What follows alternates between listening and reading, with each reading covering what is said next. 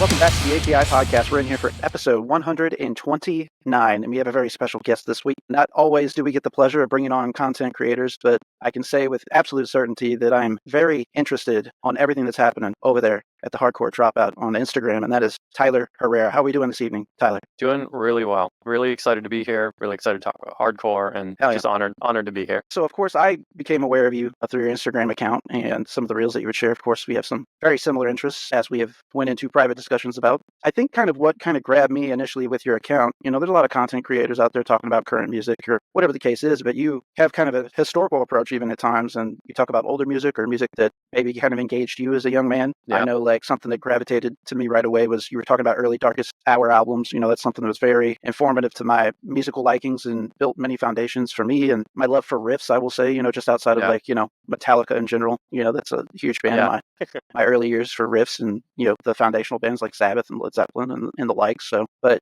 seeing you talk, giving the love to early Darkest Hour, I've seen you give love to early Poison the Well, just so many artists I can name, but that's what really grabbed my attention at first. And so I knew that we probably were operating on the same wavelength. Definitely. Yeah. And I'm glad that is what helped you gravitate towards it, because that's kind of why I wanted to start Hardcore Dropout. Was I wanted to bring, as someone who's been listening to this music for 20 plus years now, like I wanted to bring that historical perspective, because it's finally, all these heavy music genres are finally big enough that there is history there, and I just felt like maybe that was missing, because a lot of the people that are getting into it now, they're getting into it from more current bands, which absolutely makes sense. But really, there's some formative bands that I think a lot of people should know about, Yeah, absolutely. I agree. And, it's all a generational thing at the end of the day, I guess. For people of our age, I would just assume that we're of a similar age. Those bands that we've already kind of mentioned. Bands for me like Converge, of course, one of the most important bands in my entire life. I got the tats, got all the albums, got, all the physical media that my wife will allow me to purchase.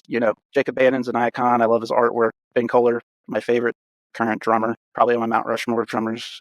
Yes. Yeah. Great people. Love all the work that Kurt Ballou does, recording bands and stuff. So can't give enough love to that band in particular. But, other bands like, Every Time I Die when they started, that was huge. Dillinger Escape Plan, another one, huge one when they started, whenever those kind of, I have friends that call them noodle riffs that don't quite understand, but, those mathcore elements, the odd meters and the panic chords and all that stuff, that's stuff that just really started to strike a chord with me. And I know that there's bands today doing very similar things. And, people that were probably our ages at that time, present day, are probably gravitating toward those more modern acts. But I think it's important what you're doing, like you said, laying that foundation, letting people know that there's some OGs out there, and I'm sure there's people that's probably, listening to us talk right now and like, well, these fucking young whippersnappers, they need to talk about Snapcase or, Rites of Spring maybe, or, some of these other bands that came before that were kind of genre benders and breakers. But I'm just kind of curious, what was kind of your first entry, would you say, to hardcore heavy music? Kind of what were some of the gateway bands for you? My introduction to heavy music was a local show. My brother was playing in bands,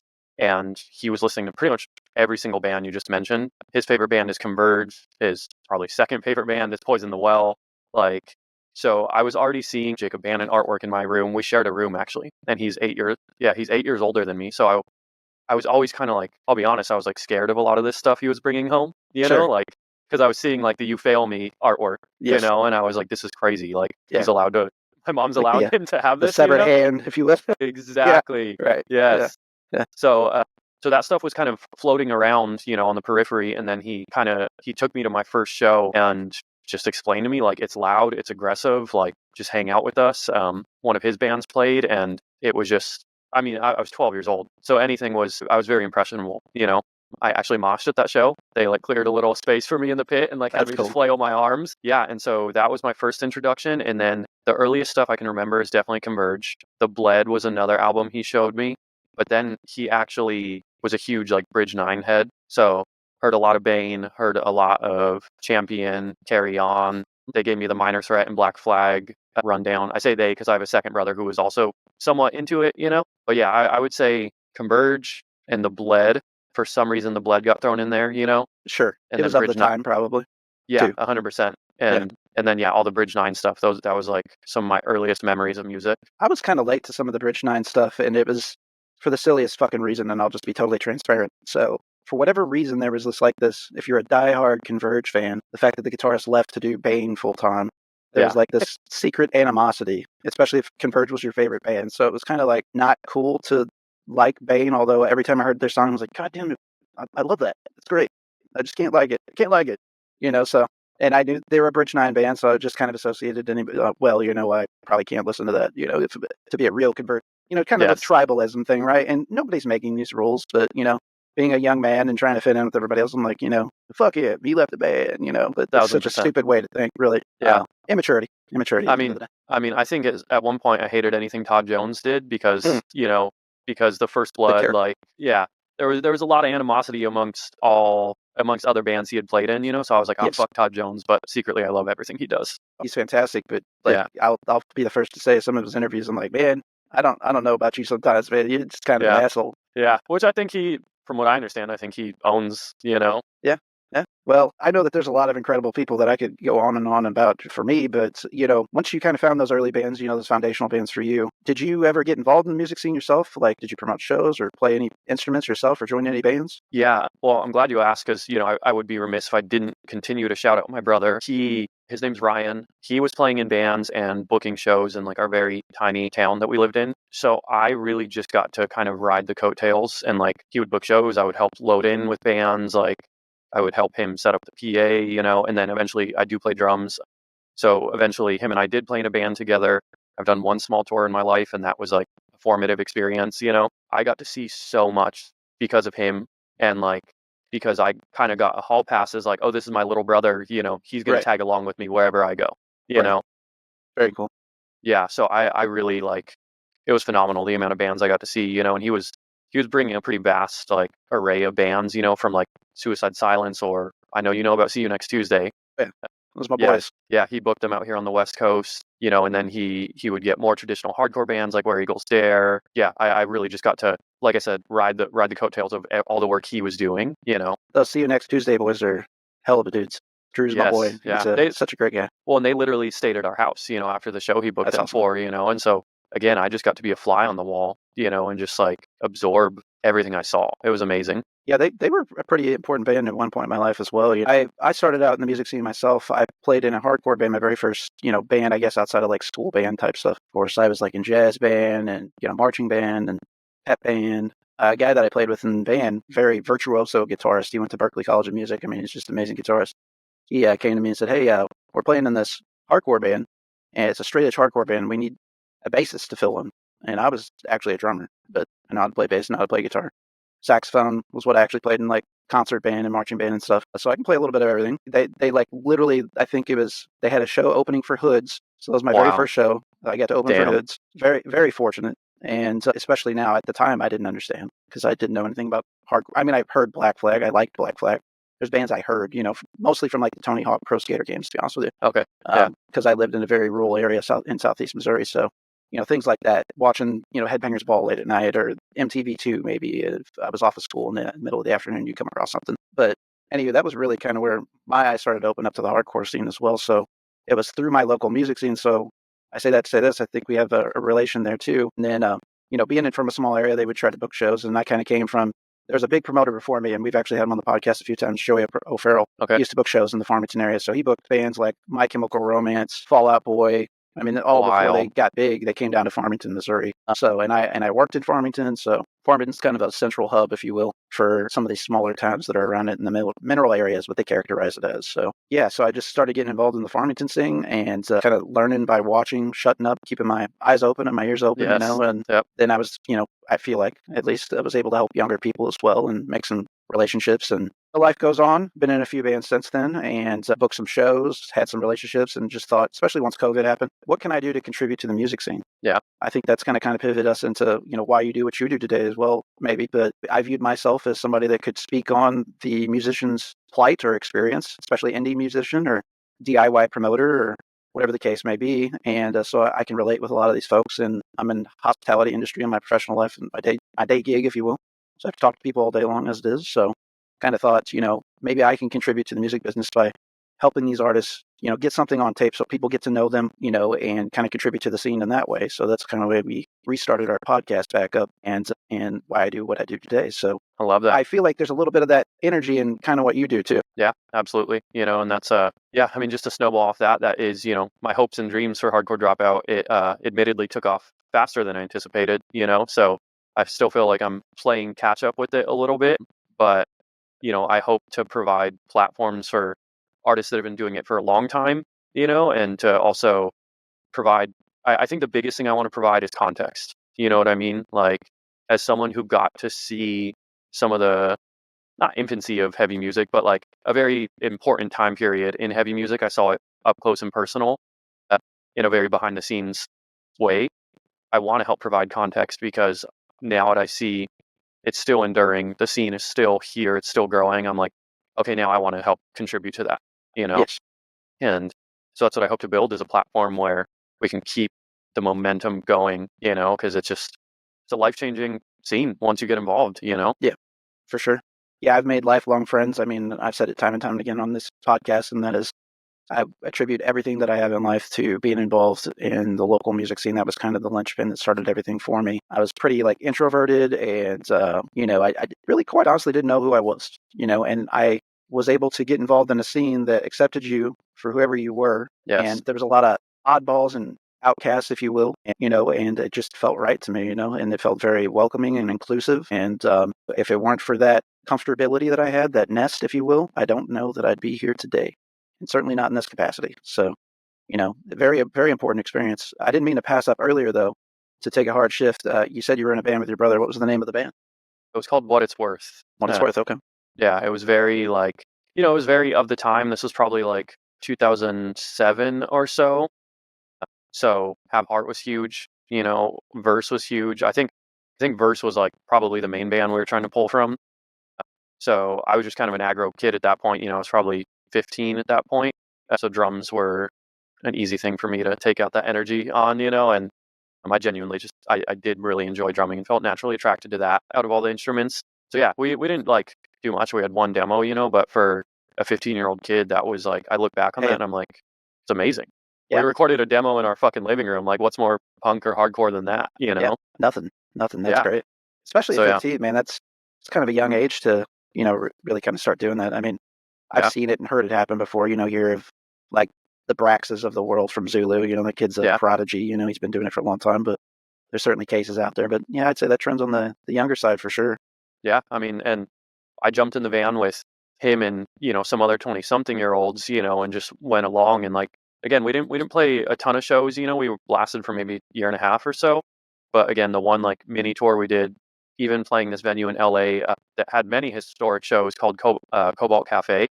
Yeah, that was like, I look back Not at bad. that and like, I'm like, holy shit. Like, I was in like the green room, like for whatever little green room they had, with the other bands. And I look back at that and I'm like, I wasn't supposed to be there, but I say that as in I was very lucky to be there, Right. Right. Yeah. I think it's important to keep that perspective. I think there's people out there that, and I don't mean this like in a derogatory way, but it's like maybe life is so busy that they don't have the opportunity to smell the roses. It's important to kind of always kind of sit back and gain that foresight if you can, even if it's, just briefly. And, what I might characterize as some of the things that I did and I feel like are accomplishments may not be that to others. However, it doesn't change the importance to you as an individual at the end of the Yeah, day either. 100%. And, and that brings up another thought. Like, that's why I think I want to provide context for all of this is because what used to be a huge achievement in hardcore or in any aggressive music is now so much more attainable for bands, and like the tide has like really raised, as in, I just saw Tsunami. We were messaging about this, what, 2 nights ago or something, Yeah. Yeah. And dude, I was like, it was a Tuesday night, you know what I mean? And it sold out. So I was like, oh, cool. Like, that's awesome. Like, it's Tsunami, makes sense. But then as soon as I got there, my friend and I walked in the room and we looked at each other and we were like, it is already packed, and the first band hadn't played. And It's awesome. yeah, it was amazing. And I was like, dude, it used to take a band like Hatebreed to sell out to 1,000 people on a Tuesday night. Yeah. Right. And so like all that to say, that has really like lit the fire in me again to really honor this moment in hardcore where it's like, whoa, it's come a long ways, For sure. Yeah. Yeah, there's definitely been some things like that in recent years of shows that I've been into, I should say. But something that's really kind of lit a fire under me is a few of the local bands that are really starting to take what I could characterize as local bands again, about an hour south of St. Louis, but most of the scene is up there, and I travel up there for shows. I got a lot of friends in local bands. We get to talk to a lot of folks, fortunately, from everywhere, but I try to take the time to keep an eye on St. Louis as much as we can. At least once, twice a month, we have somebody St. Louis related on our podcast, and a couple really great hardcore bands that have definitely reignited my passion for the local scene, or from St. Louis in particular.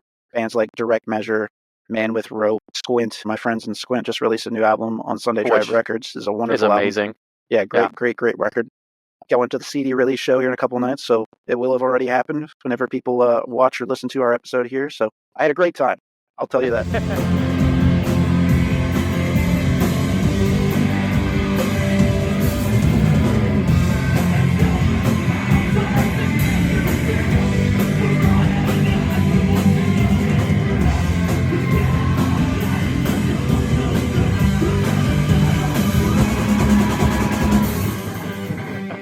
I'll tell you that. So, but yeah, man, just the hardcore scene's great. I got friends that have been in the music scene over 25 years. My buddy Marcus, who's in Fister, Path of Might. Fister's a huge doom metal band. Friends with the Primitive Man guys. So Fuck yeah. I've done a lot of tours with them. Ilsa, done a lot of tours with those guys. Really solid dudes. Those guys have been carrying the torch in St. Louis for so long, and they have went on to inspire a lot of younger and even other incredible artists, fans like, I mean, they're close in age, so that might be a bit of a stretch, but the Lion's Daughter, another great metal band out of St. Louis. Storm Ruler, great black metal band out of St. Louis. So there's a lot of good music, heavy music, particularly coming out of St. Louis, and I want to be a part of that. I want to do what I can to help these guys be seen. Yeah, absolutely. Wherever that may be. So yeah, got a lot of love for what's going on in St. Louis. Yeah, that's awesome. And likewise here, and I'm in Phoenix, and Arizona's had a long history of good hardcore, and especially because Phoenix is a routing city. It's like you don't tour through the Southwest without stopping in Phoenix. It's basically it's either Tucson or Phoenix. There's a really strong scene here right now. And it's like one or two shows a week, pretty much. And special time. You probably get the opportunity to see bands like that I never get to see because they don't really hit this region yet. That is, but like bands like Violencia, like bands out of Mexico. Oh, Have you ever caught them? Yeah. So, okay. So I originally am from a small border town called Imperial, and it's like 20 minutes north of the Mexico border and about 45 minutes west of the Arizona border. So it's like it's literally the last town in California before you get into Arizona or Mexico, depending which direction you go. Yeah, tiny farm town, but the next big city is San Diego. So I actually, right after high school, I moved to San Diego. So I have like 12 years of history in San Diego, and Valencia is from Tijuana. And so, yeah, gotten to see them out in San Diego, and San Diego, another city with, great hardcore history.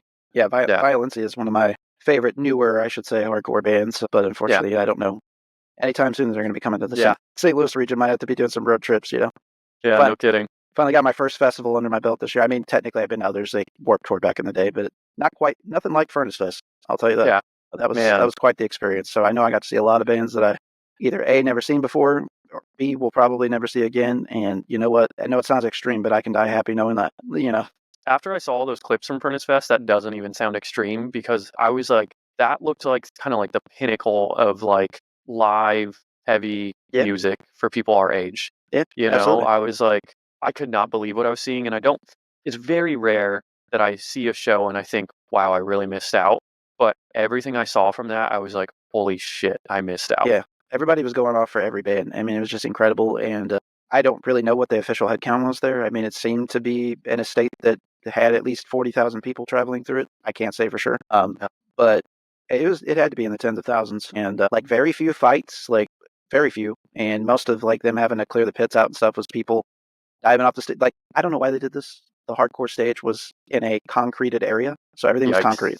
Damn. So if you dove off the stage and people didn't catch you, you were hitting that concrete slab. It was bad, dude. Yeah. I think it was like an old pig iron manufacturing plant or something like that. And I've never seen anything like it. It looked wild. Yeah, the Sloss place. It's like a long, elongated metal shed, essentially, almost like the carports that you see people get with sidewalls, oversized that is. It was a concrete ramp down in, and you could tell like trucks used to back up in there, I guess, and haul stuff out. And that's where they had the stage, was like in the low part. So it worked actually kind of perfectly, almost like stadium seating at a decline to where people in the back could see over the people in the front of them, even if they were taller. I'm like 6'2", so like, and I like to be as close as I can to stuff. So, you know, even as I was working my way down, because the schedule was tight, man, I was running from band to band, sometimes stage to stage, and I'd start in the back and I'd start working my way up, and I could tell people were kind of like, ugh, I'm like, I won't be here for long, I promise. Yeah. So, but yeah, I mean, it was the most unique concert going experience of my life, number one. But secondly, that stage in particular, like, but the energy was incredible in there, and I could see why certain bands explicitly requested to be in there. And I characterize it as the hardcore stage because 95% of the hardcore bands played in there. And that's awesome. You know, Better Lovers was one of the last bands the first night, and you know, Greg busting out the old flame throwing that he used to do back in the Dillinger days. You know, I hadn't seen him do that in quite some time. Certainly never in person.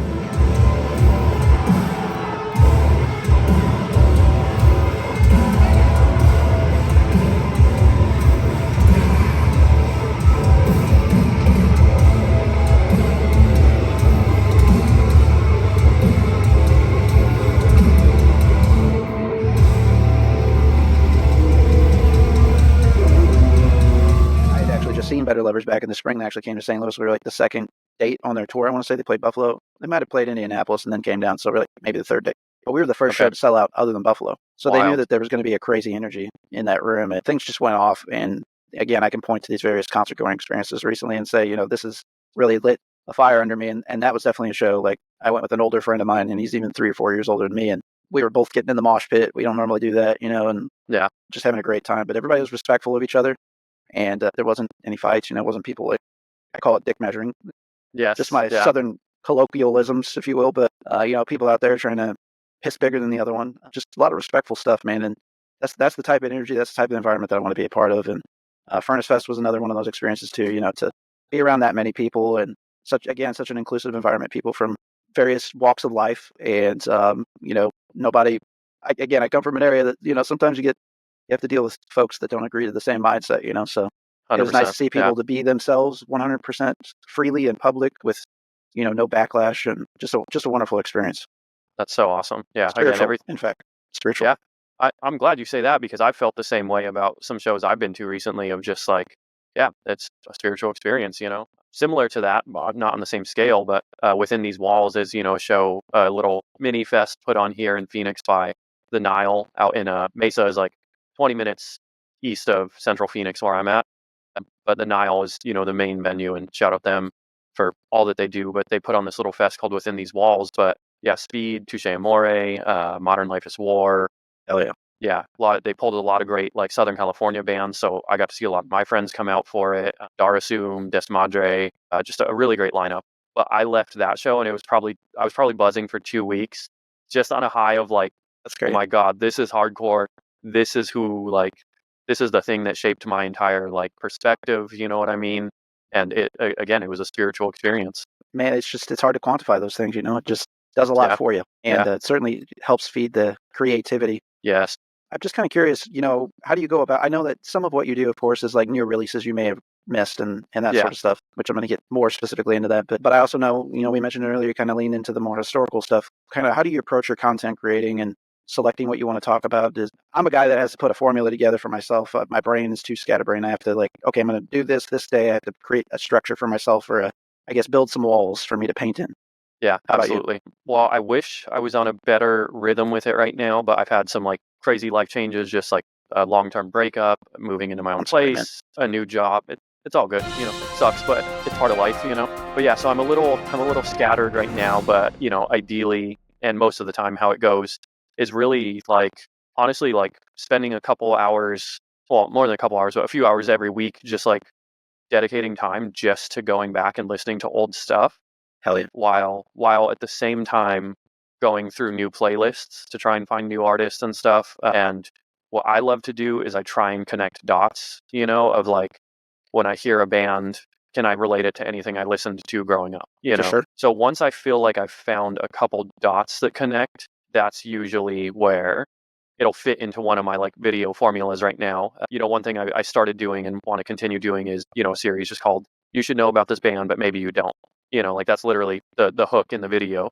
So trying to find those smaller bands just through Instagram deep dives, playlist deep dives, YouTube deep dives, then again, listening to them, seeing if I can connect any dots, and then putting that into a video. Most of my content creation is just listening and research until, again, I can connect those dots, and then I'll try and squeeze it into a formula that I've created already on the page. You know what I mean? Yeah, I love to hear that because as I'm actively listening to things, regardless if it's old, new, or whatever, I do kind of try to make those connections. And I like to play a little game with some of my close friends, especially the ones that I like to pick on sometimes. And I will try to make like the most obscure, maybe reference to something in a particular song and kind of make them be mad at me for making that reference, but Yes. it also Yeah. being true. Yes. It's a weird, like 100%. nerdy music game that I like to play with people. If you're hearing this, Ridge, it's you, in case you don't know.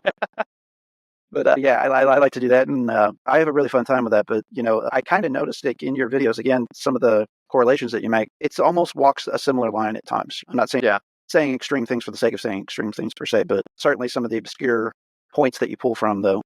And Yeah. so the example I'll use right now in particular is so the new Planes for Mistaken for Stars track, Fix Me. I love that band. The member death and everything, tragic and just terrible. And the fact that they're putting out this new music and, using the recordings before he passed. And it's something I want to be behind just based off of that information alone, outside the fact that it's a fucking badass band and great music, right? Jacob Bannon's doing a lot of promotion for it, Death Wish Inc. release, of course. So that also kind of adds the wins to the sale. So I was expecting to like this, right? But whenever they started pulling off some of that pentatonic shit, and you called it out it's a little bit more of a layman's terms, but you said classic rock riffs. And I was like, this fucking guy gets it, Thank you. Tip of the cap to you on that for sure. Thank you. And that means a lot to me because as someone who is not like a songwriting musician, I know how to play drums, but I'm not writing songs. I have actually tried to treat that as an advantage of like, okay, rather than, describing it in complicated music theory or, whatever complicated music theory, I try and just describe it as like, what would I tell my friend? No matter what I say, I'm going to get some hate in the comments. I think some people don't like that some of my like description of this stuff is very, like you said, layman's term, or maybe it sounds too simplistic, but it's like, I got 60 seconds to try and turn people on to a few bands, so I really am just trying to think of it like, what would I tell my friend about this band? Yeah, you don't need to talk over people's heads. It doesn't do you any good. There's enough Anthony Fantanos in the world, Dude, be different. Be different. You hit the nail on the head because I have a lot of respect for what he's built, but when I listen to his stuff, I'm like, dude, I'm not in a creative writing course. Like, I don't need to be so descriptive and detailed. I am just trying to gets a little too much in the weeds or focuses on. I mean, I get it. It. I can follow him, but it also kind of annoys me because I've been following this guy's shit for, I don't know, I think he's been doing videos for like 10 years. Yeah, that's crazy. It's weird to think of it though. But there's a certain point in me that just recognizes it's like you don't have to talk over everybody's head. It just feels a little, I don't want to say forced, but maybe ego feeding. I don't, Yeah, 100%. Yeah. And I'm also, I'm glad you say that term, ego feeding, because there are times where I catch myself trying to like spice it up and I'm like, no, you're just feeling insecure that maybe you aren't describing it well enough, when really all I need to do is give a simple, description of it, and people then can decide for themselves if they want to go listen to it, Yeah, it's a fine line to walk, and I try to myself, I try to be a little bit more cautious about what I say and how I say it, just for that very reason, because there's no reason to, get on here and talk over people's heads. And really, at the end of the day, I'm trying to expose people to new things. Yes. We occasionally do film reviews. We typically do that in particular. In October, we do like a lot of horror movie love, and then we've had some filmmakers on the show. And then we do our end of year list. I've always been a big end of year list guy since I've had freaking MySpace, dude. I was posting end of year lists, my favorite bands of the year, my favorite albums of the year, my favorite TV shows of the year, my favorite movies of the year. So I just enjoy it. I just have always enjoyed it. I got a letterbox account. I rank stuff.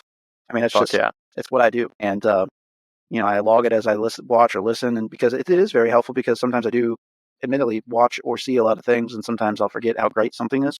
And I can go back and, or maybe sometimes I can't remember off the top of the head. You'd be like, what's your favorite movie of 2022? I'd be like, oh, what did come out in 2022? I'd have to think about that for a minute. It's tough. But yeah, man, it's you can get lost in the sauce, especially if you're trying to be something maybe even that you're not at times. I know that I'm a person that puts a lot of weight on themselves. Like no critic could ever say anything bad enough to me that isn't worse that I haven't said to myself maybe in my head at times. 1000%. So, good luck out there, by the way. Yeah. But anywho, I'm trying to walk this back around to the fact that, I think there's a little healthiness to having that self-reflection though, and kind of being self-aware, if you will, too, when it comes to doing things like we're doing and trying to put some people on some game, as they Yes, say. 100%. And that is 100% what I'm trying to do, whether it's new stuff or old stuff, or just to give people perspective. I think when Hardcore Dropout took off really quickly because of a Knocked Loose video, and several videos after that, frankly, it's all done pretty well. But like, I made a Knocked Loose video where I had maybe, I don't even know, maybe less than 500 followers on Hardcore Dropout, and I was like, I'm gonna make like a bold claim right now, and I said Knocked Loose is the biggest hardcore band ever, and all I did was back it up with simple like contextual facts of like the size of the shows they were playing, the charting that their record did, and like them beating Taylor Swift in some streaming platforms, and like just simple facts that again give someone perspective, right? Yes. And that video took off, but I think one was contentious for some people, like some people disagreed with it, not some, a lot did, but at the same time, it was just simply giving people something to think about. And it might have been the reason that I started following you. I can't say for sure. I definitely remember when it dropped, and definitely remember seeing it, and I definitely remember sending it to some friends, and I was like, please just get past the opening statement, listen to the whole video. Because for that exact reason, you scroll it on Reels and shit sometimes, and somebody pops off with something, you're like, I'm not in the mood for that. Yeah. I don't know. Just hit me at the right time, I guess. And I do. I love Knocked Loose. I do. And when you said that at first, I'm like, where the fuck is this going? Because I'm just like, has this guy ever heard of Hatebreed or, Yes, that was the number one thing that people said. I'm sure. And when you started explaining yourself, I'm like, okay, let's go. I love this. I love this. I love the criteria that you're bringing behind it. It was very obvious if somebody took the time to actually watch the whole video and what you were saying, you were just making a case that they could be. It wasn't so much that they empirically were, and I think that people get kind of, again, it's the internet, so everybody wants a shitty take, right? And wants to let everybody know their shitty take, of course, but it was thought provoking. And that's what I always kind of aim for, I know on my end, and I feel like your content is all the time that you post.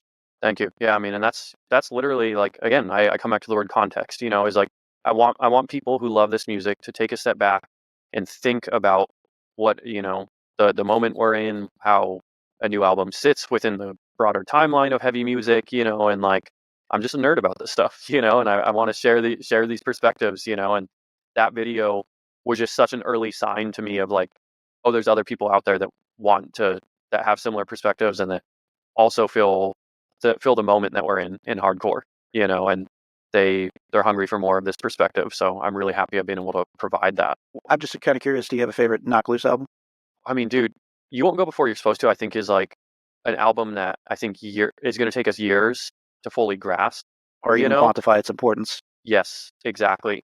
Definitely when they dialed in their sound, I would say. And that's the thing. That's why I think You Won't Go Before You're Supposed to is so good, is like, it's like the fully realized version of Knocked Loose. You know what I mean? But what's the blue one? Different Shade of Blue? Yes. Shade of Blue. Love that one. Because that was the one that I first heard, and I was like, that was kind of the start of this trajectory, I feel like. Yeah, for sure. Yeah. And ultimately, I'm not afraid to admit, that was the first I'd heard from them. A lot of people. Yeah. And so I've gone back to Pop Culture, I think, is the other one, the EP that was much more like Warriors-esque hardcore, Yes. Yeah, the bulldog on the front. Yes, yeah.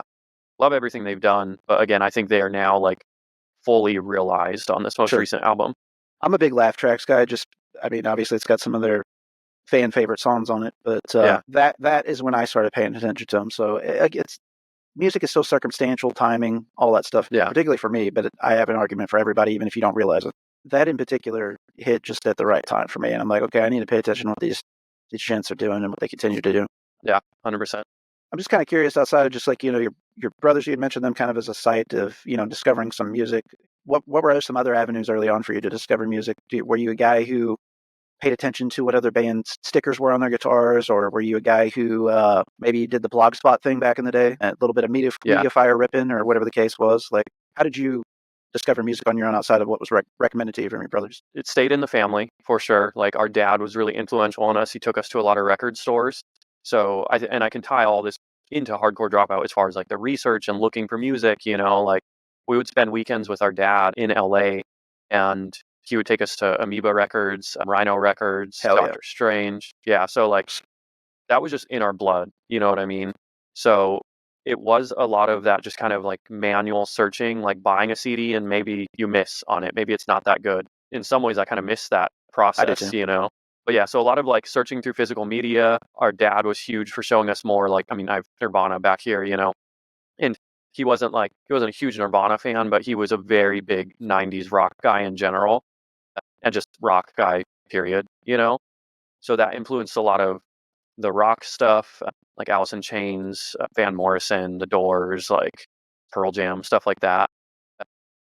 But on my own, I will take great pride in saying like I was that guy that would see a sticker or see someone wearing a shirt, and I would immediately have to know like what is that, Yeah. And Yeah. then I was part of that first like piracy era, Yeah. frankly. And Sure. I had a friend growing up, Matthew Strickle. I swear to God, I would just funnel bands to him, and he would figure out how to download it, and then we'd figure out if we liked them or not. So that was a huge way. Buddy, I was typically your Matthew Strickland person in the friend group that people would be like, hey, can you find this or whatever. So Yeah. yeah, I was a big Blogspot guy for a while. Unfortunately, the Bearshare and LimeWire days, I was on that. Even Napster, I was involved in that a little bit. Your perspective starts to change as you're a musician and you start to have disposable income. It's like, hey, it's actually pretty cool to support these artists, and Yeah. it's great that you found them and you tell people about them and you went to the show, but let's buy a T-shirt. Let's do whatever we can to support these guys beyond maybe occasionally seeing them if they come to your town. Yeah, 100%. And I know that I'll have to admit this one too. There's a kind of an exclusive torn site called that was like invite only at one point. I don't even know if it's still a thing, but I remember that was kind of a huge, like, going down the rabbit holes, the tunnels, the little side missions, the side journeys, if you will, of all these bands that I knew nothing about. Let's say I would punch in, I want to look up, I don't have this one, Every Time I Die EP in particular. I need to find that. Well, then they would bring up the old web word association thing. And at the nucleus would be Every Time I Die with the biggest, boldest font. And then, if something was slightly less font, but just as bold, it would be like the next best artist that they would recommend and so on. And then they would go Okay. out to the outskirts to like something very obscure, but still maybe a little bit of that in there. So, that's where I would go on to like discover, not to use that example in particular, but I know at one point that's how I found out about Trapped Under Ice. And Fuck yeah. I was like, and they just dropped the 2011 full length album. The demos had already been out and everything. And I was like, holy fuck, like this is special. This is really special. And it's crazy now to see that band has went on to do the various members and the things that they've been involved with, and I think Angel Dust is criminally underrated. Justice, I think, is 100%. I've said this is the John Lennon of modern hardcore. Yes.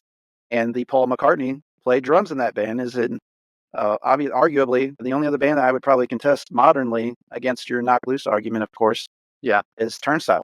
Yep. So Brennan and Turnstile, of course. So he's what I call the Paul McCartney of modern hardcore. So we got Lennon and McCartney, and that's kind of a part of the fun, right? Though too, it's like you've followed these artists for so long, you've seen the other things that they've gone on to do, and now they're achieving these successes. It almost kind of feels like you're a part of it in a way. 100%. Yeah, same. And that's again, just keeps coming back around to that context and perspective I talk about. Is like for people our age, and I'm sure even more so for people older than us, we're now connecting all these dots of like, wow, this person's been doing it for 15, 20 years, and look at them like now getting their flowers. It's awesome. I love to see it, When I saw Trapped Under Ice play at Furnace Fest,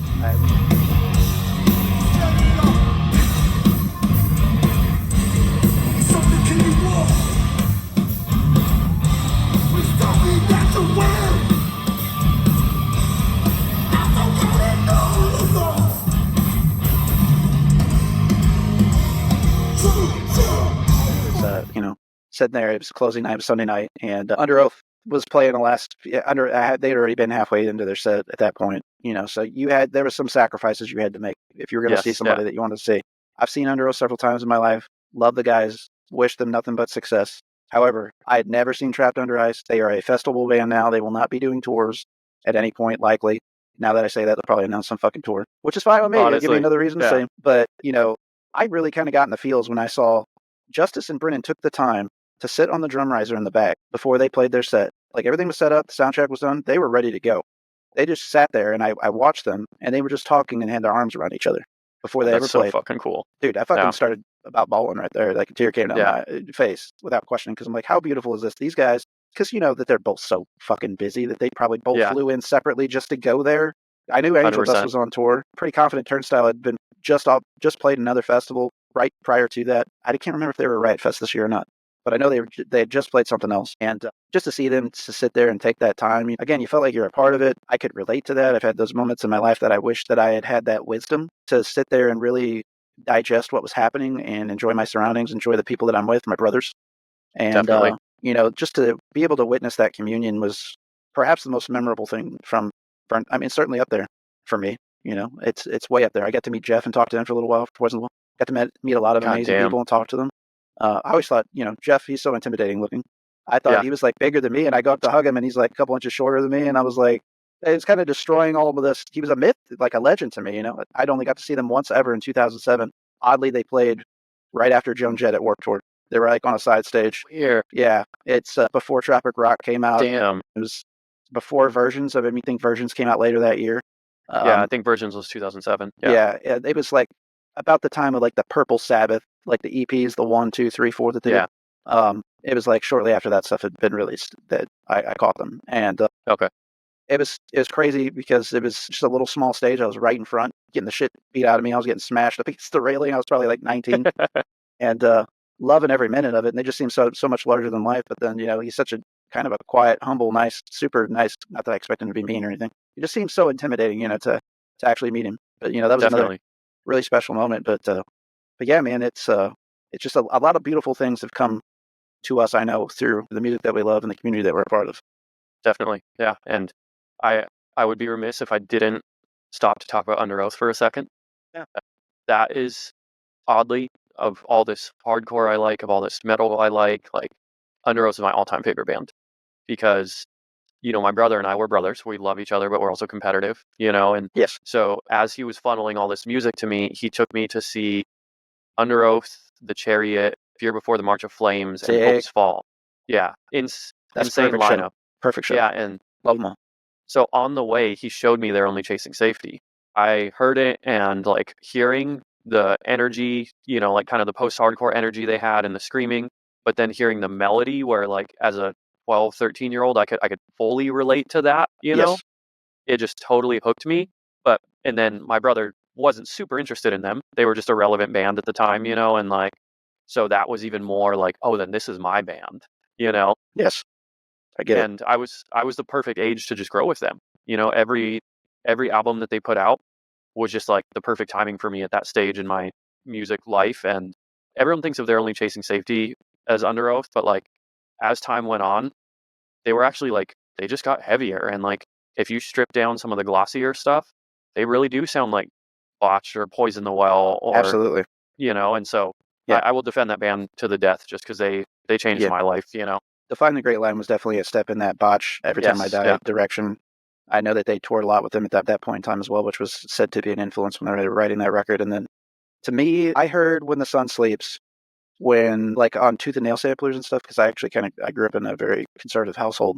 So there was a point, a fragment of time that was preferred that we only listened to Christian music. I had a father that constantly was what they call backslidden in these Southern archaic fixtures, if you will, right? But and he had, quite the extensive classic rock collection, and he was in the 90s. He went to this is even beyond, they're still popular and relevant, but bands like AC/DC, he went to AC/DC concerts, he went to Ozzy concerts, and he would even go and see industrial bands kind of a St. Louis area one as Gravity Kills, but they would play with bands like Stabbing Westward and some of that is industrial metal type stuff. So I tangentially, I at least got some of that, and then of course I went to public school, so I had to hear some things there. But back to the UNDEROATH point in particular, they were on the Christian music samplers because they were on Tooth and Nail, of course, and the Solid State had that partnership, so they would put artists on both labels out on samplers and stuff. And I didn't quite get it at the time, but when They're Only Chasing Safety came out, that definitely changed some things.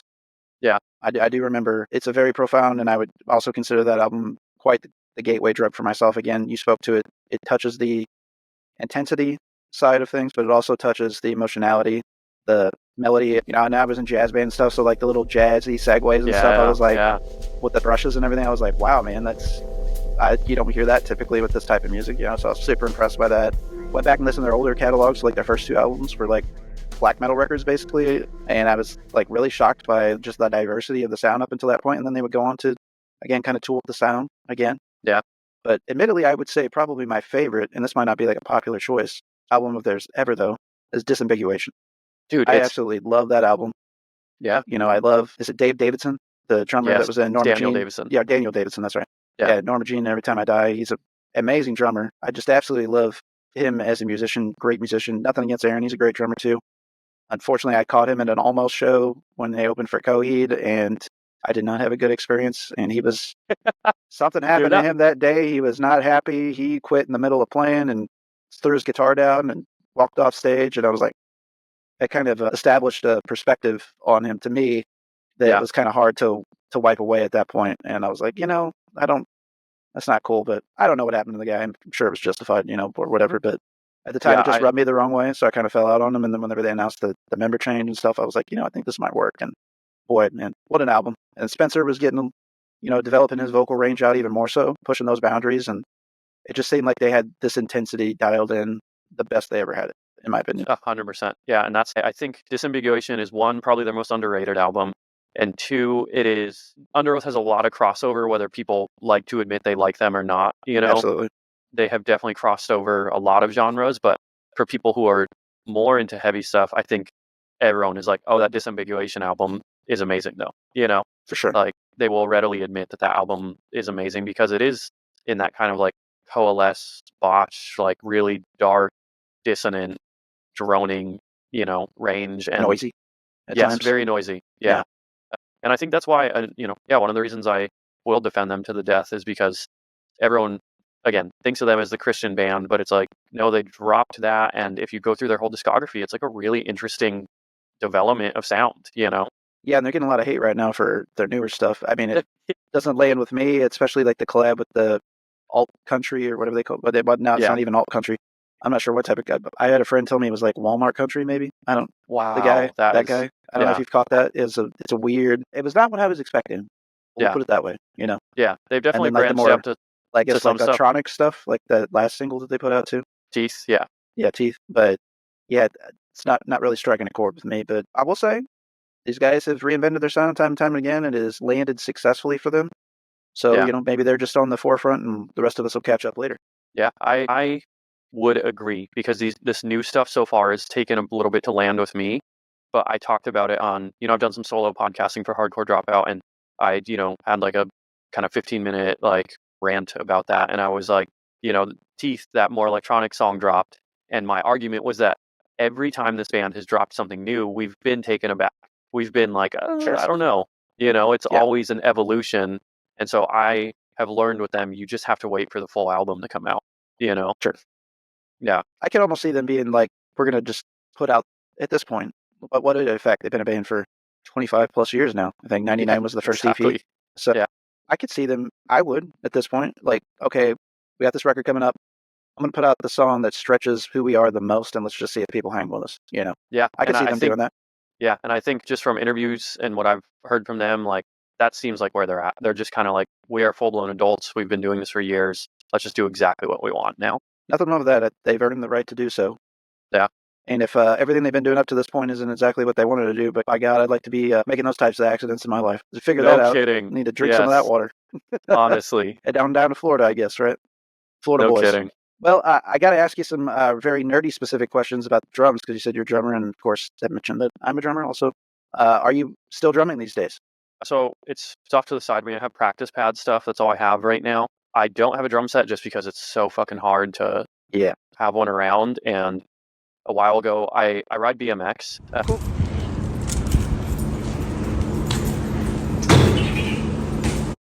I've had many injuries, many surgeries. I hear that. I had to sell my drum set the last time I had a major injury, just for physical therapy cash and all that.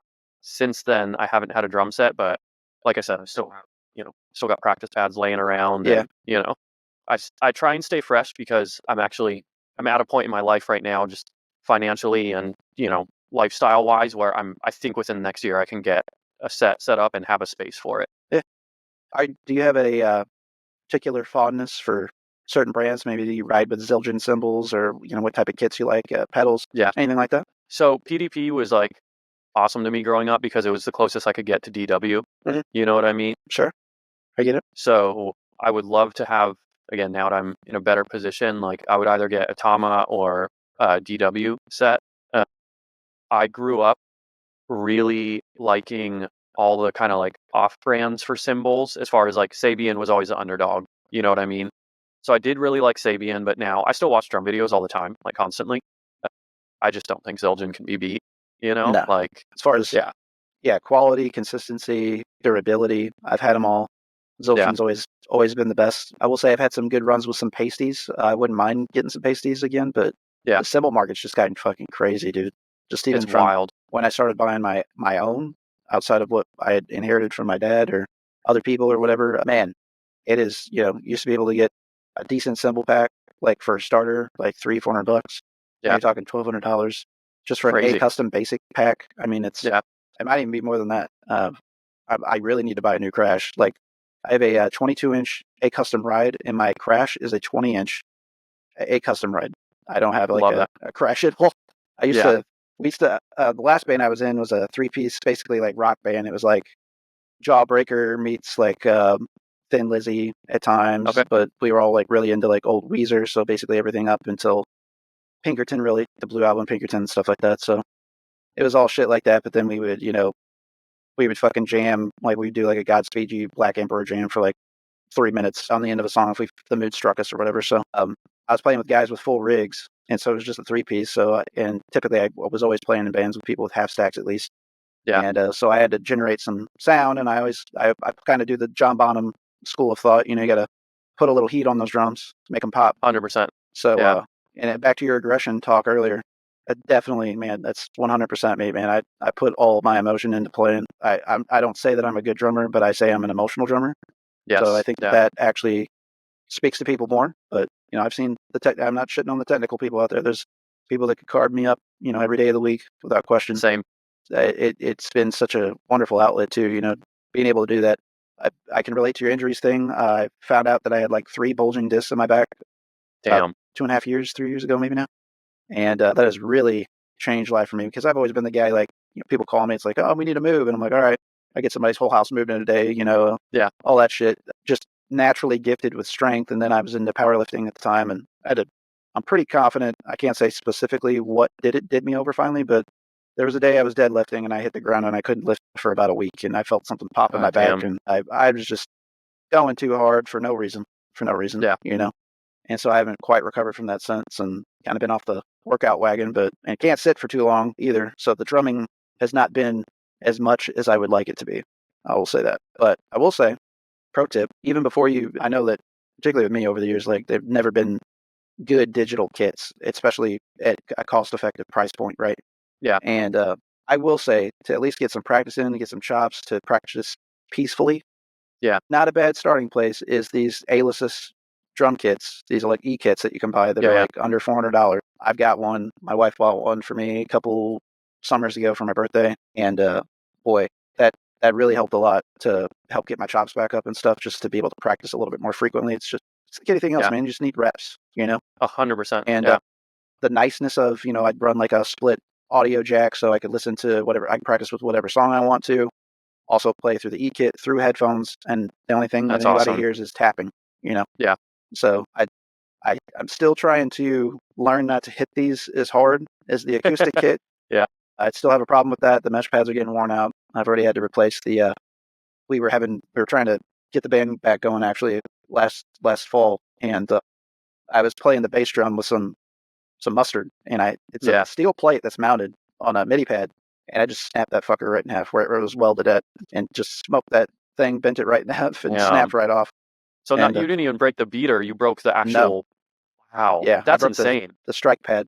Well, I had it backed up against the wall because, and I'm not doing this to sound like a badass. It's just, again, I get caught up in the emotion of playing or anything, Yeah, and I start put a little mustard behind it, and didn't realize, I guess, how hard I was hitting. And I know a lot of drummers are like against this, but I like to turn the tension up to where it's like a workout. It's like I like I like a struggle.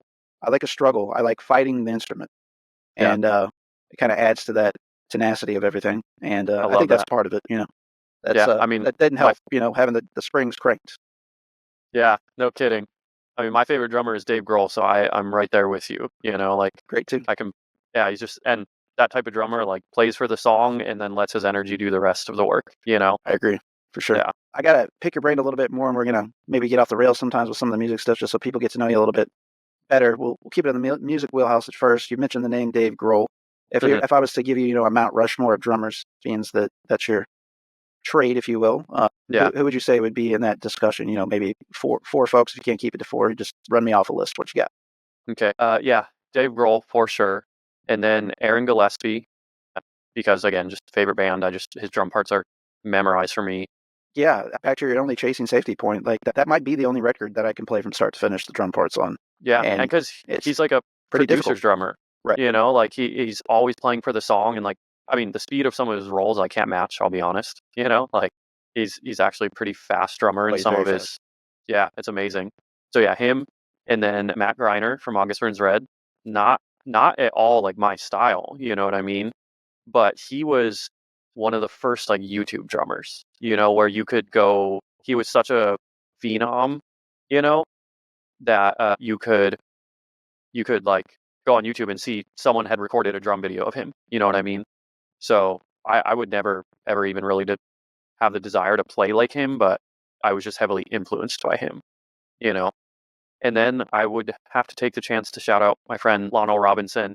He played in Let Live, but Hell yeah. now he plays in Pierce the Veil, and he is getting his flowers. He's just a phenomenal drummer, and what I love most about him is he's like a well-rounded drummer where like he plays in a lot of heavy bands, but he played with Miguel, like Yeah. The pop artists yeah, love him. yes, He's yeah. great. So he was Miguel's touring drummer, and like he has Nice. he has that feel and that lightness to his drumming that I wish I had. You know what I mean? That phenomenal drummers have. Right. And Technique, man. yes, yeah. So I don't have that as much, but Lonnie, he really has it, and he's become a friend. Just lucky that we had the same circle of friends. That's awesome.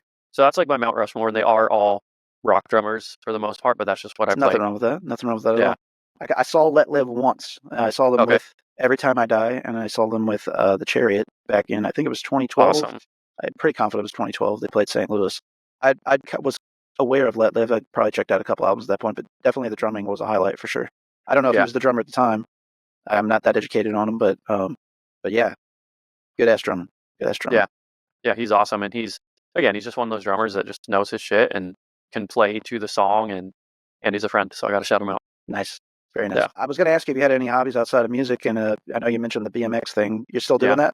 Yeah, so Okay. definitely like slowed down in recent years, not because I don't want to do it, because I definitely still love it, but I don't know, I don't totally agree with some of the boys club aspect of it, and like I think as I've entered my 30s, I'm about to be 32, like I love BMX. It's right up there with hardcore music for me, and I can still ride my bike and have fun, but I think I honestly just outgrew some of the culture of like getting together with the boys and like yeah, I'm not going to shit on it because it's just given me so much, but I'm in a weird spot with it right now where like I don't really have a circle within it right now, I get you that. know?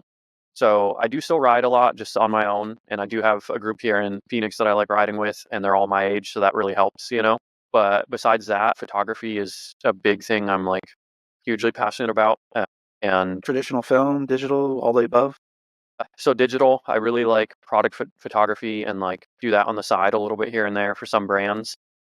So I really like using flash and artificial lighting, and like it's actually what I do in my day job at like a really high level. Like not to brag, but like yeah. So I manage.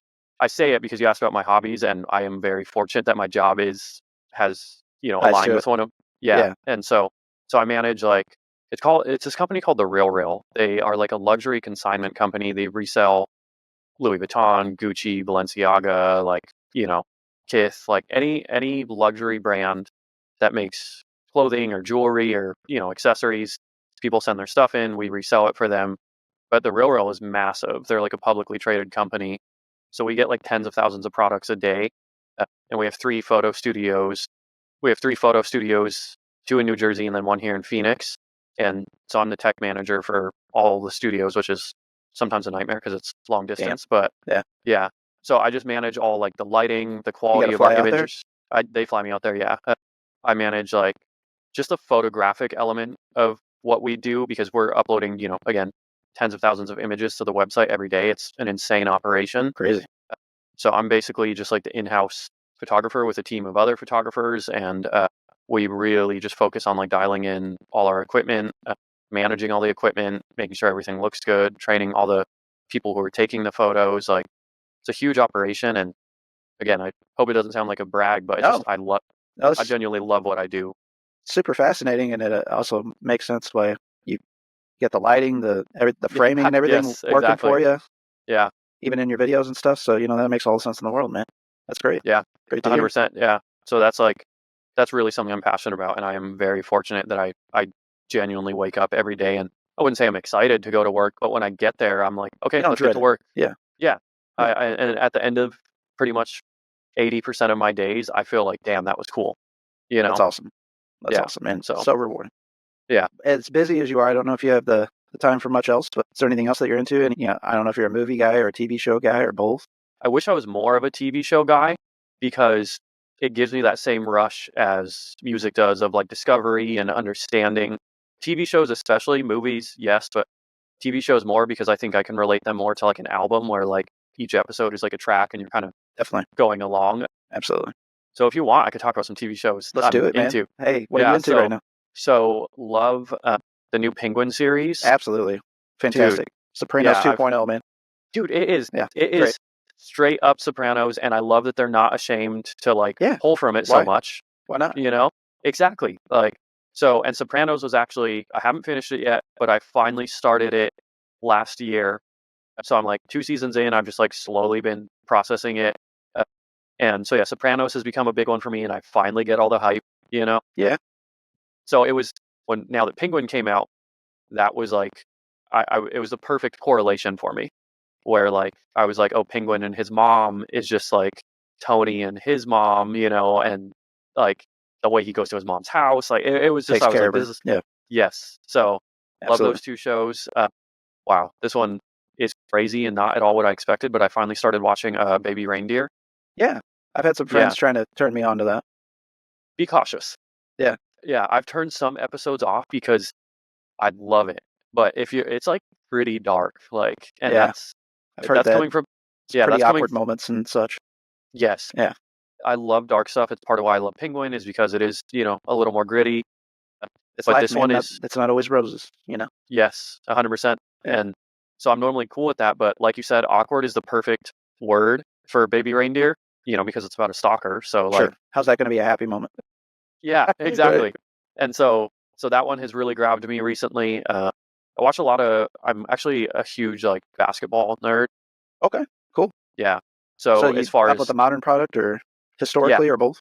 historically to the 2000s, Okay. like the 90s too, because Michael. Sure. But like, I'm not. I get a little tired of the old heads arguing about the 70s and 80s, like that far back. Sure. I'm like, Entirely okay, different game. It's not even the same game. exactly. It's just like the same with football. It's like you can't quantify what Terry Bradshaw did with what Tom Brady did. It's Thousand an percent. entirely different game. Yeah. You know. Same So with basketball. as far as media consumption, that definitely takes up a good chunk, is basketball stuff. So you Suns fan? I'm not actually, because Okay. born just outside of LA. My dad was from LA, so I was just born into a Lakers household. Diehard Lakers fan. Like, they have a grip on my mental health some nights. I hear that. Yeah. So Yeah. not and I'm not even close to being a jock, but I just cannot resist Lakers basketball, because Hey, it was if just you like on what you in my like, house. there's nothing wrong with that at all. At all. Yeah, 100%. And it was just on in my house all the time. Basketball is what I played the most of in school because we didn't have a football team or anything like that. But football is definitely my favorite sport to spectate. You have I seen Bears merchandise in your posts? I forget. Not Bears merchandise. You may have seen some Kansas City Chiefs. Okay, You yeah, may have seen some Green Bay Packers, some okay, Steelers. Kansas City is quite the distance from here still. It's at least yeah, a 5.5 hour drive from where I live. I've never been to a professional football game, unfortunately, but Battlehawks XFL, we have that team in St. okay. Louis, and I went to my first Battlehawks game last year.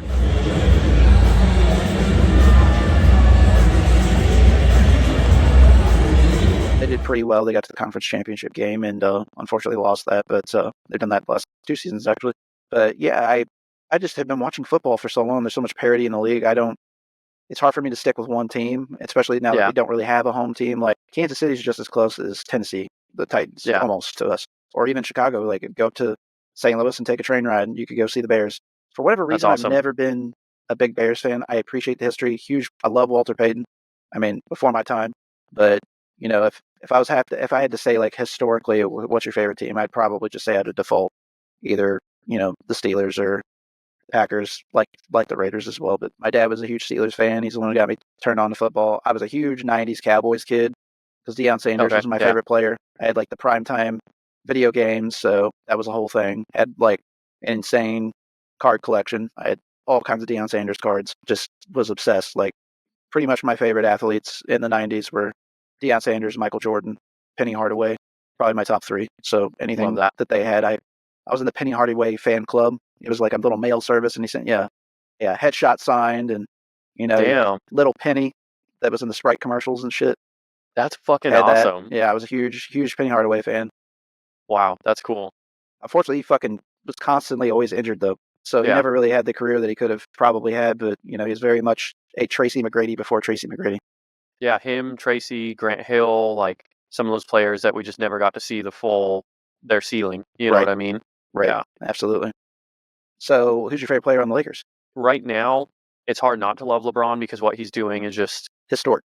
It's unbelievable, but like a diehard Kobe fan, rarely bring that up publicly without acknowledging, there are two truths to Kobe. There's some dark stuff, and but I acknowledge that, and I acknowledge the victim of that. But Kobe affected me deeply, and I think for a lot of Southern California kids, like especially when you're a kid, you don't really understand the gravity of that situation too. So I think kids obviously kind of get it past. They shouldn't have to know those terrible things or explore them.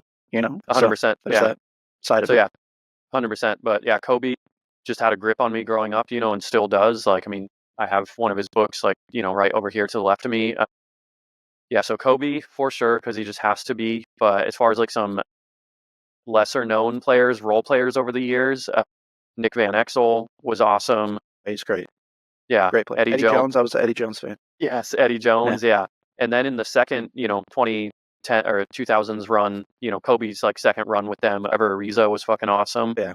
Gamer. Yeah. Gamer. Sasha Vujacic. Like, I mean, dude, and Pau Gasol, I think, I love Pau Gasol. Talk about just like beautiful basketball, Absolutely. like just like a savant of the game and just like also a steward of the game. Cause like you said, great guy. Sure. And like, Pau Gasol, huge for me. Shaq, like cool. Like it just wasn't like, I was a Kobe guy, Shaq was more of a '90s phenom. I mean, he had great years in the 2000s. Don't get me wrong. He had MVP years, of course. He's, even left the Lakers to go on and win a championship with the Heat. But there's definitely a drop off there. There was just an intensity. Like there was just nobody at his size with his athleticism and his strength whenever he came into the league, really. I mean, there were some people close. You had your Hakeem the Dreams in the game, but there was a finesse to his game where Shaq was just all raw athleticism, so 100%. It was such a time, to be a fan for sure. His basketball will always be my favorite, but just because I was so into basketball at that time and I just always paid attention to it still yet. It's a great sport, and it's one of those sports that it's an all season sport because it's mostly played indoors, right? But when it's nice outside, you can do the old school outdoor court stuff too. Yeah. So big basketball fan. Love baseball too. Well, I love baseball in and out. Not like I guess I'm more of a fair weather fan. Is that what they? Well, some people say fair weather. I like to use the term casual. I mean, I would consider myself a casual fan, but I'm a diehard Cardinals fan.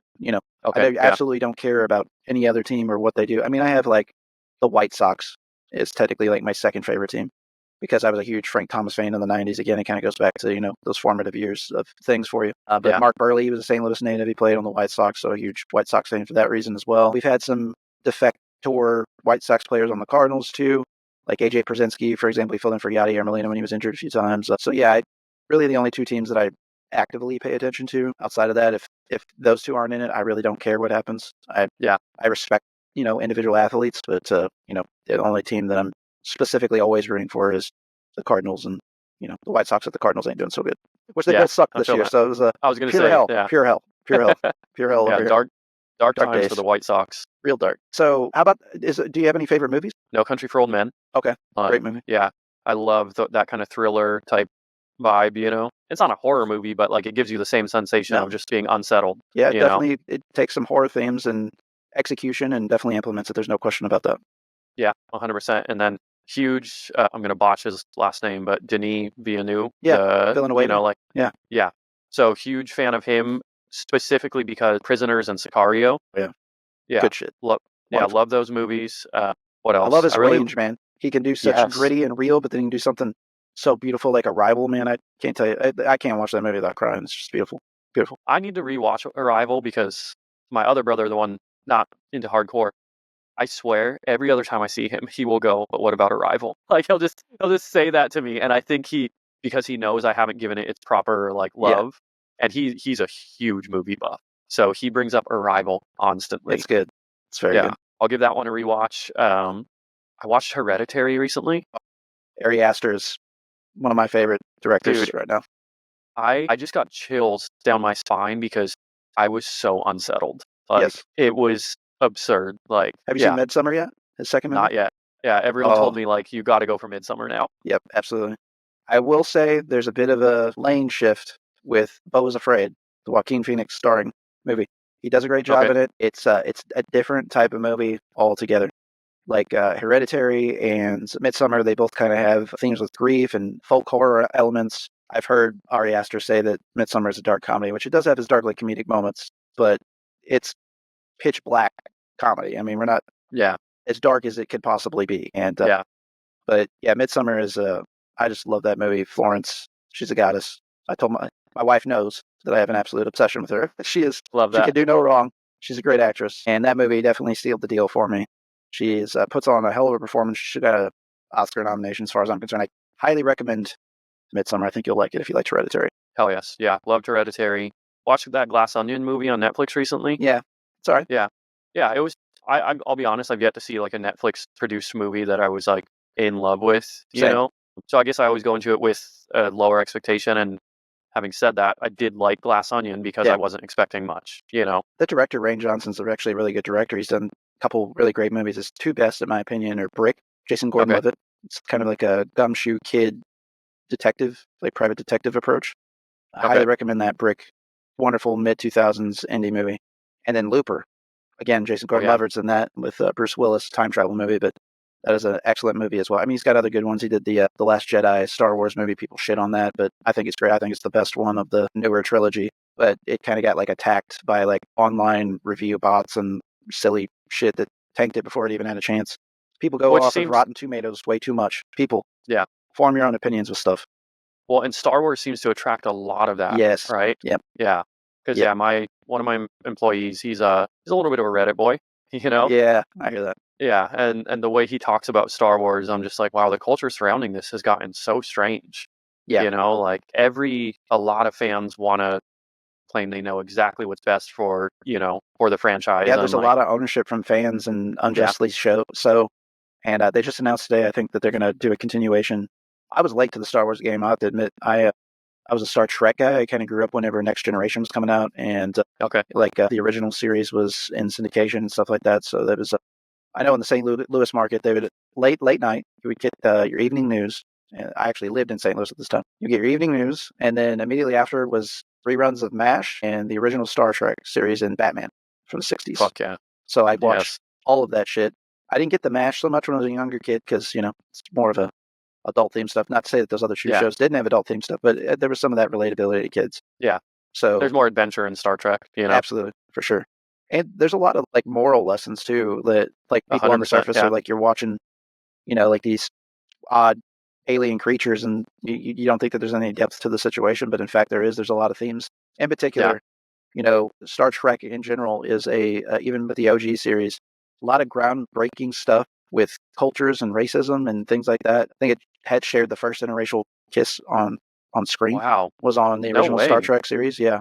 So, Gene Roddenberry was a visionary, and obviously it's gone on to great success because, I mean, there's not really any bad. I mean, like some people talk about especially late 90s Star Trek movies aren't the greatest, but they got their moments. They got their moments, I will say. So, yeah, Star Trek franchise, I was always, again, it was like kind of back to that tribalism we talked about earlier with Converge and Bane. It was like there was a thing there with Star Trek, Star Wars. You couldn't like both for whatever reason. Yeah. I also grew up, I was a preteen whenever the episode 1 through 3 came out. And so that was not great. So that immediately I was like, okay, I don't care about this, and I justly don't care about this. So then I finally went back to the original series. My cousin was obsessed, so eventually I gave it its due justice before Force Awakens, I guess, is the first of the 3 new trilogies. And before that came out, I got caught up. And it was kind of something my eldest daughter was pretty young at the time, and she was starting to go to movie theaters and actually pay attention, and I have to get up with her and stuff. And so I think that might have been her first movie, was that Really? first of the new trilogy. That's awesome. And I think my son's was Rogue One. That's awesome. They both did pretty well at those movies, and so it's just kind of something we kind of oddly discovered together. I know it's weird to say about Star Wars in 2010s, but I didn't give it a chance really until then. I love that though. Yeah, it's a good first movie to share with your kids. Yeah, for sure. A lot of good times. So let's round things out, Tyler, with what's currently on the playlist for you. What are you spending a lot of lately? Let's round it back to the music. What's funny is you DM'd me about this right before we got on, and I'm so glad. I had thought maybe I should bring some recommendations. So I did already have a list. I wanted to shout out 4 that have really I've been very high on. First one is not a heavy album. It's more like a post-hardcore album, a la like Thrice or like As Cities Burn, and they've actually referenced that band as a huge influence. But Tiger Wine, and the album is Toil and Spin. Very, again, like post-hardcore, lots of clean singing, not really any screaming, but that has just like had a hold on me the last few weeks since it came out. So that's been a great album. I just saw this band who I've been listening to for a while, but I want to shout them out because, they were really cool dudes and I love their music. Life Cycles, Portals to the Unknown is their most recent EP, but very like old school kind of thrash, like Exodus type thrash. Sweet. Yeah, they fucking rip, and like really cool dudes from San Antonio, like really just want to shout them out. And then you can probably agree with this one, Andy. Absolutely. Dude. Yeah. The EP or the full length or both? What are we talking? So what's crazy is like the full length was in heavy rotation, right? And because that was pretty recent release, and now they just put out this EP, and I'm just like, we're just getting spoiled, Absolutely. know? Yeah. So the EP's been in more heavy rotation, just because it rips. It's fucking good, man. I intentionally kind of staved off listening to it right away just because so much stuff has dropped even in the last 6 to 8 weeks. It's just been insane. I feel like I got to listen to something multiple times, especially from start to finish, before I can even really form an opinion nowadays. Yeah. And especially, just all the music that I consume in general. And Candy is special to me, so I don't want to passively listen to them. Yes. Yeah. That full-length album this year is in, spoiler alert here, it will probably be in my top 10 for albums of the year just because how they infuse hardcore with industrial and new metal, it's insane how well. Yes. And you don't bat an eye at it. And it's just incredible what they do. And they've always had a little bit of that in there. I feel like with the EP, they lean kind of backwards a little bit in their sound. But if they continue to kind of go on that full-length stretch and explore the genre more and kind of, push those boundaries, man, I'm excited to see what happens. Yeah, that's an incredible full-length album. That is, if anyone told me or asked me, like, what do you hope for hardcore in terms of like a direction it could head? It's probably It's Inside You from Candy. Like when I heard that, I was like, I'm a big advocate for like evolving sounds, or at least trying to push the boundaries, Yeah. Which I understand is a hard thing to do. It is. But I think Candy fucking nailed it with It's Inside You. Absolutely, I agree. So yeah, that I would recommend to anyone. Recently got into this band. Maybe you know about them because they're from Alabama, so I don't know how far that is from you. Depends what part of Alabama, but about 6 hours plus. Okay, so they're from Montgomery. I'm going to shout them out in a video, hopefully this week. They're called Delta Hate. You did? Yeah, they played. Fuck yeah. I know the lead singer ran out and did some features and shit. But yeah, I'm pretty confident I caught them at Furnace Fest. Yeah, I know the lead singer did some features with some of the bands, but they intentionally, at least the first 1 or 2 bands that opened up the hardcore stage were all Montgomery, Alabama hardcore bands. So they intentionally were getting those folks exposure, which is awesome. I did not realize the scene that they have in Montgomery, Alabama. I was just kind of listening to some people from around there talk. I talked to a few guys. A guy ran up on the stage to do a feature for another band. And I was like, yo, you guys I did not realize this shit was going on here. This is incredible. He's like, oh, thanks, man. That's awesome. I was like, you did a great job on that feature. And I'm just like thoroughly shocked and impressed. I'm just like, I would have never thought in Montgomery, Alabama. He's like, yeah, dude, we got some dope ass shit going on right now. Yeah. And that's why I think I like that band so much, is because like they feel like a local band that you're excited to see where they go. You know what I mean? Like a lot of potential, man. Yeah. So Delta Hate, their EP Mess We Made, is like been in heavy rotation. Yeah, I know we talked about them privately too, but like No Cure's from down there too. Yeah. They got a lot of really good bands coming out of Montgomery. I cannot tell folks enough to check that out. Yeah, 100%. And can I just throw in a couple more? Go for it. Let's do it, man. Cool. Because I know one of them you interviewed, and I haven't even talked about them. It's actually been a couple weeks since I've had it in rotation, but Love Letters. Absolutely. Yeah. Dude, like, that's like, Great album. yeah. And Not enough people are that's talking about it, too. exactly. Hardcore is very beat down, kind of, slam right now. Like, and it's cool. Don't get me wrong. There's a lot of bands out that I love right now, but like, as someone who did grow up on the Banes, on, Betrayed, Champion, Carry On, American Nightmare, like, that will always be the first type of hardcore I gravitate towards. Sure. Dude, I still call American Nightmare Give Up the Ghost. I'm just so that's so ingrained in me that I just can't. I took so much shit because, one of my really popular series is the 5 Essential Hardcore albums from the 2000s. I took a lot of shit for calling them Give Up the Ghost. When you said that, I was like, this guy fucking gets it. Again, it's just that's operating from my perspective, right? Yeah, and I think Give Up the Ghost is a fucking cool name. And I was like, I'm going to get shit for this. But hey, when I found this album, they were called Give Up the Ghost. You know what I mean? Me too. Exactly. So what's funny about that is they had to change their name because of some copyright bullshit. Yeah. And then now I think a member of, I might have this wrong, I swear I read this, a member of American Nightmare might be, are they in Cold Cave? Yes. And now they're trying, and now they've got a lawsuit against the WWE and Cody Rhodes for using American Nightmare. Yep. And trying to protect the copyright. And I'm like, yeah, you got to be shitting me. Like, I love wrestling. Unapologetically, I say share shit about it all the time, so people should know that at this point. I've interviewed a few wrestlers on here. Love that. And I love that band. But why can't we all just be friends? But dude, I have some pretty probably like unpopular opinions about like trademark usage and stuff, because I believe like I'm kind of anti-property in a way, you know what I mean?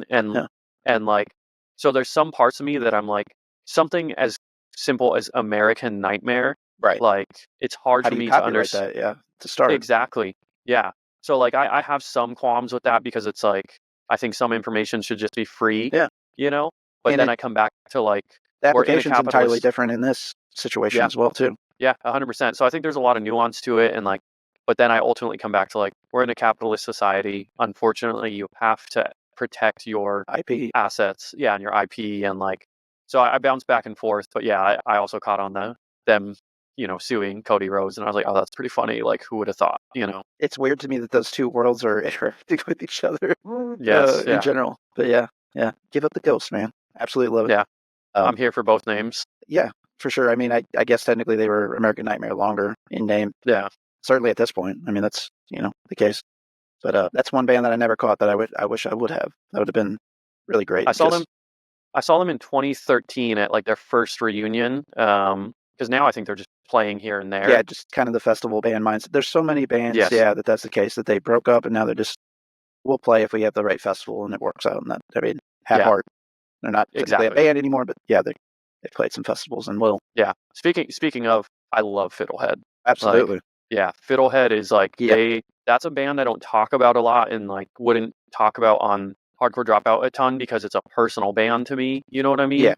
Where like I have like just a personal connection to their music, and like I don't want to taint it. Absolutely. Yeah. So yeah, love Fiddlehead. Also, I have become a recent 4 Year Strong fan. That new record is an accomplishment. I mean, I've never been. If whatever, there's just some of these bands that missed me. Yeah. And I think a lot of it had to do with like whatever music I was playing at the time, because you try to give time more to things that you're maybe trying to capture musically. Yeah. But secondly, I've always listened to everything. So I mean, I'm not a guy that believes in like shitting on genres in general. For example, I'd say maybe I don't like country, but there's outlaw country artists I love. There's some modern day, Sturgill Simpson, absolutely amazing, dude, one of the best, fucking phenomenal. Love him. Love everything he does. I love Chris Stapleton's voice. I mean, how can you fucking sing like that? I mean, it's incredible. It's unbelievable. So there's exceptions to every rule is the short of my point, I guess. But I've kind of fallen off the I guess it's kind of easy core pop punk. It's somewhere in there, right? So, but a buddy of ours that is on our podcast network does Wax It On with R&J, Jake Jackson. He's younger than me. He's in his middle, late 20s. So that was kind of like a band that, which is weird. He told me that they started making music in 2005, which I'm like, well, then I should have come across my table. So at this point, they've only almost been a band for 20 years. I didn't realize that. But yeah, so that new album, funny enough, I was standing right next to the guitarist at Furnace Fest. I didn't know, because I don't know these guys. I've never been a fan of them. Yeah. Jake, who went with me, Jackson from Waxing On with R&J, sends me a picture. He's like, "Oh, I met the guitarist for 4 Years Strong," and it's the same guy that was sitting right next to me during. Wild. Was it? I think it was during Evergreen Terrace. He was standing right next to me.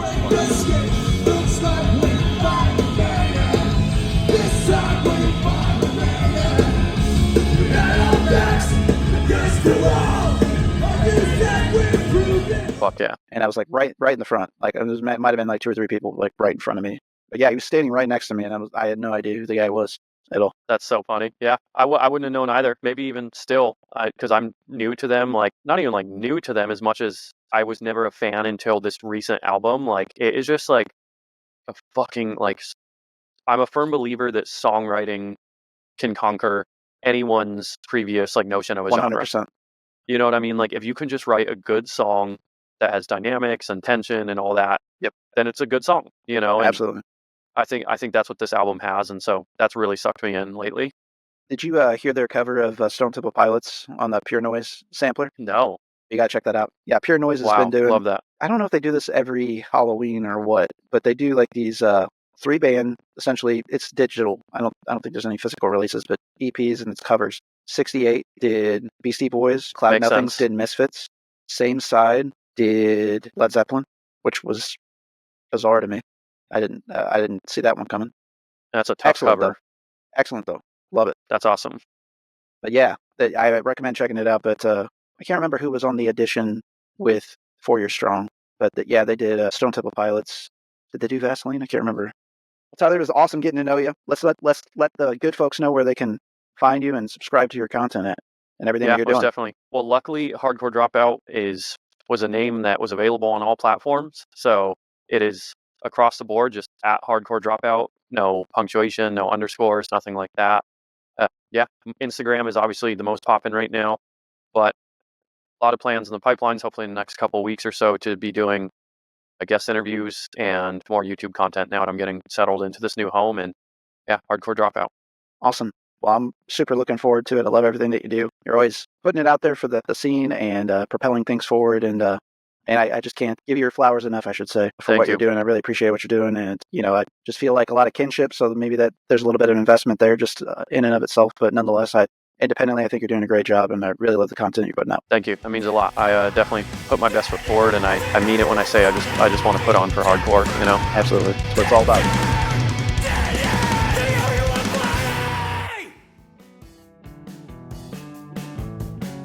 Hey there, this is Barrett from the ATI Podcast here to talk about what we have going on the ATI Podcast Network. First, we'll start with Waxing On with R&J. The format of Waxing On with R&J is audible selections made exclusively by our hosts and brothers, Ridge Jackson and Jake Jackson. Waxing On with R&J is sure to tickle your inner eardrums with some of the most vile tones you've ever encountered, and conversely, ear candy with pop melodies, focusing on spotlighting underground and rising artists. Waxing On with R&J is another outlet of the ATI podcast community to bring awareness to many musicians' craft. Also found on the ATI Podcast Network, Nod Narb's Closet, hosted by Brandon Stewart of Edos Inn. Nod Narb's Closet is a wing of the ATI podcast programming that delves into the world of roleplay games, miniature painting, diorama making, occasional pro wrestling match watch-alongs, providing commentary with a dash of jocularity and satire, and much, much more.